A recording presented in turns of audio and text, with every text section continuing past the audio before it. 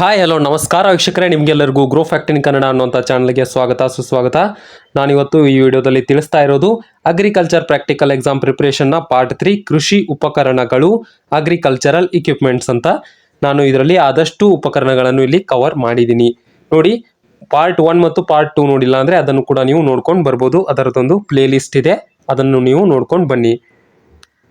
ನೋಡಿ, ಇಲ್ಲಿ ಮೊದಲನೇದಾಗಿ ನಾವು ಇಲ್ಲಿ ನೋಡೋದಾದ್ರೆ ಇಲ್ಲಿ ವುಡನ್ ಫ್ಲೋ ಅಂತ ಬರುತ್ತೆ. ಅಂದ್ರೆ ಇಲ್ಲಿ ಕಟ್ಟಿಗೆ ನೇಗಿಲು ಅಂತ ಬರುತ್ತೆ. ಇದೆಲ್ಲ ನೀವು ನೋಡಿರ್ಬೋದು, ಹೊಲದಲ್ಲಿ ಬೇಕಾಗಿರುವಂತಹ ಬಹಳ ಇಂಪಾರ್ಟೆಂಟ್ ಆದಂತಹ ಒಂದು ಅಥವಾ ವಸ್ತು ಅಂತ ಹೇಳಬಹುದು. ಇದು ವುಡನ್ ಫ್ಲೋ ಆಗಿರುತ್ತದೆ. ಕಟ್ಟಿಗೆ ನೇಗಿಲು ಇದು ಕಟ್ಟಿಗೆಯಲ್ಲಿ ಬರುತ್ತೆ ಅಥವಾ ಐರನ್ ನಲ್ಲೂ ಕೂಡ ಬರುತ್ತೆ, ಅದನ್ನ ನಿಮಗೆ ತಿಳಿಸ್ತೀನಿ. ಹಾಗೂ ನಿಮಗೆ ಇದು ದೊಡ್ಡದಾಗಿ ಕೂಡ ಇಡಬಹುದು ಅಥವಾ ಚಿಕ್ಕದಾದಂತಹ ಒಂದು ಇಕ್ವಿಪ್ಮೆಂಟ್ ಅನ್ನ ಕೂಡ ಇಡಬಹುದು. ಅದರ ಹೆಚ್ಚಿನ ಪ್ರಮಾಣದಲ್ಲಿ ಚಿಕ್ಕದಾಗಿ ಇಡ್ತಾರೆ. ಅದನ್ನ ತೋರಿಸ್ತೀನಿ. ಇಲ್ಲಿ ನೋಡಿ ಇಲ್ಲಿ ಈ ರೀತಿಯಾಗಿ ಚಿಕ್ಕದಾಗಿ ಇಡ್ತಾರೆ. ಯಾಕಂದ್ರೆ ಅಷ್ಟು ದೊಡ್ಡದಾಗಿ ಇಡೋದಕ್ಕೆ ಅವರಿಗೆ ಅಲ್ಲಿ ಸ್ಪೇಸ್ ಇರೋದಿಲ್ಲ ಅಥವಾ ಅದು ತೊಂದರೆ ಆಗತ್ತೆ. ಅದಕ್ಕೋಸ್ಕರ ಅವರು ಚಿಕ್ಕದಾಗಿ ಇದೇ ರೀತಿಯಾದಂಥದ್ದೊಂದು ವುಡನ್ ಫ್ಲೋ ಅನ್ನ ಇಡ್ತಾರೆ. ಕಟ್ಟಿಗೆ ನೇಗಿಲು, ಅದನ್ನ ಇಲ್ಲಿ ನೀವು ನೋಡ್ಕೊಳ್ಬಹುದು. ಕಟ್ಟಿಗೆ ನೇಗಿಲು ನಿಮಗೆ ಗೊತ್ತಿಲ್ಲ ಅಂದ್ರೆ ಈ ರೀತಿಯಾಗಿ ನೆಲವನ್ನು ಉಳೋದಕ್ಕೆ ಆ ಕಟ್ಟಿಗೆ ನೇಗಿಲು ಅಥವಾ ವುಡನ್ ಫ್ಲೋ ಅನ್ನ ಬಳಸ್ತಾರೆ. ಹಾಗೂ ಇಲ್ಲಿ ನೆಕ್ಸ್ಟ್ ಆಗಿ ನೀವು ನೋಡೋದಾದ್ರೆ ಐರನ್ ಫ್ಲೋ ಅಥವಾ ಎಂಬಿ ಫ್ಲೋ ಅಥವಾ ಕಬ್ಬಿಣದ ನೇಗಿಲು ಅಂತ ಕರೀತಾರೆ. ಇಲ್ಲಿ ನೀವು ನೋಡ್ಕೊಳ್ಬಹುದು, ವುಡನ್ ಫ್ಲೋ ಇತ್ತು, ಆದರೆ ಹೇಗೆ ಟೆಕ್ನಾಲಜಿ ಮುಂದುವರಿತಾ ಬಂತು ಹಾಗೆ ಅಗ್ರಿಕಲ್ಚರಲ್ ಇಕ್ವಿಪ್ಮೆಂಟ್ಸ್ ಅಲ್ಲಿ ಕೂಡ ಡೆವಲಪ್ಮೆಂಟ್ ಆಯಿತು. ಅದೇ ರೀತಿಯಾಗಿ ಈಗ ಐರನ್ ಫ್ಲೋ ಅನ್ನ ಬಳಸ್ತಾರೆ ಕೆಲವರು. ಅದೇ ರೀತಿಯಾಗಿ ಇಲ್ಲಿ ನೀವು ನೋಡ್ಕೊಳ್ಬಹುದು, ಐರನ್ ಫ್ಲೋ ಈ ರೀತಿಯಾಗಿ ಇರುತ್ತೆ. ಒಂದು ಕಡೆಗೆ ಇಲ್ಲಿ ಚೂಪಾರದಂತಹ ಬ್ಲೇಡ್ ರೀತಿಯಾಗಿ ಇರುತ್ತೆ, ಈ ಸೈಡ್ ಇರುತ್ತೆ. ಹಾಗೂ ಯಾವ ರೀತಿ ಮುಂದಕ್ಕೆ ಹೋಗುತ್ತೆ ಹಾಗೂ ಈ ಮಣ್ಣನ್ನ ಅದು ಸೆಪರೇಟ್ ಆಗಿ ಮಾಡ್ತಾ ಹೋಗುತ್ತೆ. ಈ ರೀತಿಯಾದಂತಹ ಐರನ್ ಫ್ಲೋ ಅಥವಾ ಎಂಬಿ ಫ್ಲೋ ಇರುತ್ತೆ. ಇಲ್ಲಿ ನೋಡ್ಕೊಳ್ಬಹುದು, ಇನ್ನೊಂದು ರೀತಿಯಾದಂತಹ ಐರನ್ ಫ್ಲೋ ಅಥವಾ ಎಂಬಿ ಫ್ಲೋ ಇದೆ. ಹಾಗೂ ನೆಕ್ಸ್ಟ್ ನೀವು ನೋಡ್ತಾ ಇರತಕ್ಕಂಥದ್ದು ಹ್ಯಾರೋ ಅಂತ ಕರೀತಾರೆ. ಇದನ್ನ ನೀವು ಎಲ್ಲ ಯೂಸ್ ಕೂಡ ಮಾಡಿರ್ಬೋದು. ಇದನ್ನ ಹ್ಯಾರೋ ಅಂತ ಕರೀತಾರೆ. ಇದನ್ನು ಕೂಡ ಇಡುವಂತ ಚಾನ್ಸಸ್ ಇರುತ್ತೆ. ಹಾಗೂ ನೆಕ್ಸ್ಟ್ ಇಲ್ಲಿ ಬರ್ತಕ್ಕಂಥದ್ದು ಕಲ್ಟಿವೇಟರ್ ಅಥವಾ ಹರಗುವ ಕುಂಟೆ ಅಂತ ಕರೀತಾರೆ. ಇದು ಕೂಡ ಬಹಳ ಇಂಪಾರ್ಟೆಂಟ್ ಆದಂಥದ್ದು. ಯಾಕಂದ್ರೆ ಇದನ್ನ ಇಡುವಂತ ಚಾನ್ಸಸ್ ಬಹಳ ಇರುತ್ತೆ. ಇಲ್ಲಿ ನೀವು ನೋಡ್ಕೊಳ್ಬಹುದು, ಇಲ್ಲಿ ಯಾವ ರೀತಿಯಾಗಿ ಇಡ್ತಾರೆ ಅಂದ್ರೆ ಇಲ್ಲಿ ನಿಮಗೆ ಫೋಟೋ ಅಂದ್ರೆ ಅದರ ಪಿಕ್ಚರ್ ಅನ್ನ ಕೂಡ ಇಡಬಹುದು. ಹಾಗೂ ಅಲ್ಲಿ ಕೆಳಗಡೆ ಆಪ್ಷನ್ ಇರುತ್ತೆ.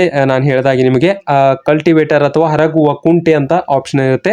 ನಾನು ಪ್ರತಿ ವಿಡಿಯೋದಲ್ಲಿ ನಿಮಗೆ ತಿಳಿಸಿದ ಹಾಗೆ ಕನ್ನಡ ಮತ್ತು ಇಂಗ್ಲಿಷ್ ನಲ್ಲಿ ಎರಡೂ ಲ್ಯಾಂಗ್ವೇಜ್ ನಲ್ಲಿ ಕೂಡ ನೀವು ಅದನ್ನು ನೋಡ್ಕೊಳ್ಳಿ. ಒಂದೇ ಲ್ಯಾಂಗ್ವೇಜ್ ಅಲ್ಲಿ ರೆಫರ್ ಮಾಡಬೇಡಿ.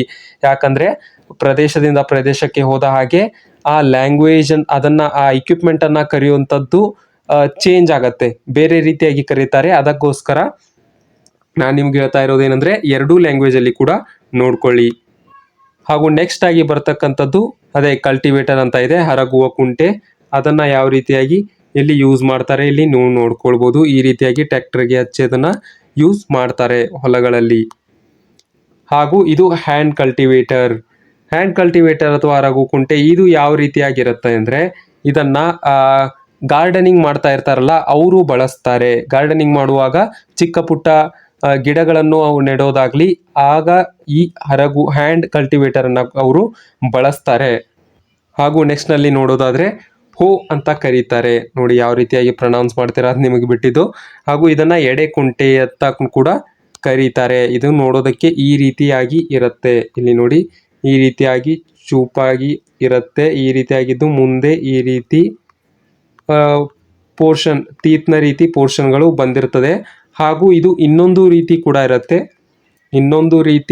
ಯಾವ ರೀತಿ ಇರುತ್ತೆ ಅಂದ್ರೆ ಸೇಮ್ ಇದೇ ರೀತಿಯಾಗಿ ಈ ರೀತಿ ಬಾಕ್ಸ್ ನಲ್ಲಿ ಇದ್ದು ನೋಡಿ ತೋರಿಸ್ತೀನಿ. ನೋಡಿ, ಸೇಮ್ ಇದೇ ರೀತಿಯಾಗಿ ಕೋಲ್ ಬಂದು ಈ ರೀತಿಯಾಗಿ ಇರುತ್ತೆ.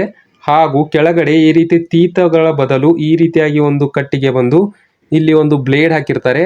ಹಾಗೂ ಅದನ್ನ ಇಲ್ಲಿ ಜಾಯಿಂಟ್ ಮಾಡಿರ್ತಾರೆ. ಇದು ಒಂದು ಕಟ್ಟಿಗೆ ಪೀಸ್, ಇದು ಬ್ಲೇಡ್ ಅನ್ನ ಜಾಯಿಂಟ್ ಮಾಡಿರ್ತಾರೆ. ಈ ರೀತಿಯಾದಂಥದ್ದು ಕೂಡ ಇರುತ್ತೆ. ನೀವು ಇದನ್ನ ಜ್ಞಾಪಕದಲ್ಲಿ ಇಟ್ಕೊಳ್ಬೇಕು.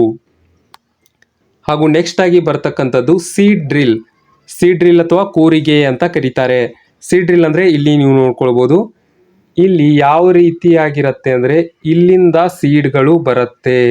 ಅಂದ್ರೆ ಇಲ್ಲಿ ಸೀಡ್ಗಳನ್ನ ಹಾಕ್ತಾರೆ. ಇಲ್ಲಿ ಸೀಡ್ ಹಾಕೋದಕ್ಕೆ ಒಂದು ಪೋರ್ಷನ್ ಅನ್ನ ಮಾಡಿರ್ತಾರೆ. ಇಲ್ಲಿ ನೀವು ಸೀಡ್ ಅನ್ನ ಹಾಕಿದಾಗ ಈ ಪೈಪ್ಗಳ ಮೂಲಕ ಹಾದು ನಂತರ ಇಲ್ಲಿ ಚೂಪಾದಂಥದ್ದು ಇದೆಯಲ್ಲ ಇದರ ಮೂಲಕ ಇಲ್ಲಿ ಬಂದು ಸೀಡ್ ನೆಲದೊಳಗೆ ಹೋಗುತ್ತೆ. ಇದನ್ನ ಟ್ರ್ಯಾಕ್ಟರ್ಗೆ ಮುಂದ್ಗಡೆ ಈ ರೀತಿಯಾಗಿ ಟ್ರ್ಯಾಕ್ಟರ್ಗೆ ಕಟ್ತಾರೆ. ನಂತರ ಮುಂದೆ ಹೋದಾಗೆ ಇದರಲ್ಲಿ ಸೀಡ್ ಇರ್ತಕ್ಕಂಥದ್ದು ಒಂದೊಂದಾಗಿ ಇದರ ಮೂಲಕ ಹೊರಬರುತ್ತೆ. ಇದರ ಮೂಲಕ ನಾವು ಅದರಲ್ಲಿ ನೆಲದಲ್ಲಿ ಅದನ್ನ ಉಳ್ಬೋದು. ಇದನ್ನು ಸೀಡ್ ಡ್ರಿಲ್ ಅಂತ ಕರೀತಾರೆ, ಕನ್ನಡದಲ್ಲಿ ಕೂರಿಗೆ ಅಂತ ಕರೀತಾರೆ.